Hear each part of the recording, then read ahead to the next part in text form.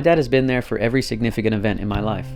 He has been a steady example of a man, a husband, a son, a brother, a pastor, and for me, a dad.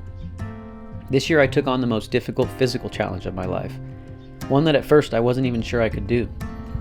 Not only did we complete a roughly 40-mile hike climbing from 9,000 to 18,000 feet just to get to Everest Base Camp, but I then ran a marathon back down that same path.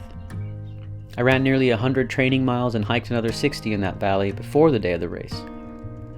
The marathon was 26 miles at altitude, across glaciers, glacial moraines, suspension bridges, and Rocky Mountain paths to Namche Bazaar, the largest village in the valley. It was a brutal race, and I suffered greatly in order to complete it. Turning that final corner and seeing my dad there cheering me on was a moment that I'll never forget.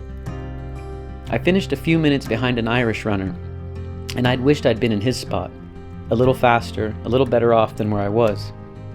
He saw my dad there with me and he asked, "Is that your dad?" I said, "Yes, sir, it is." And his response made me realize what an amazing position I was actually in. He said, "That's awesome your dad's here.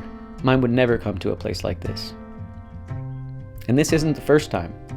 When my wife and I took a sabbatical to travel, we did a week-long hike in the Himalayas, we walked 100 miles in the Scottish Highlands, and we did a 10-day hike in Torres del Paine in Patagonia.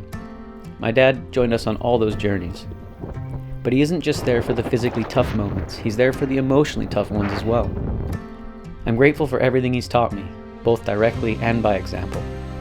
For all the support and guidance he's given me throughout my life, helping me find a good path, and loving me anyways when I've made mistakes.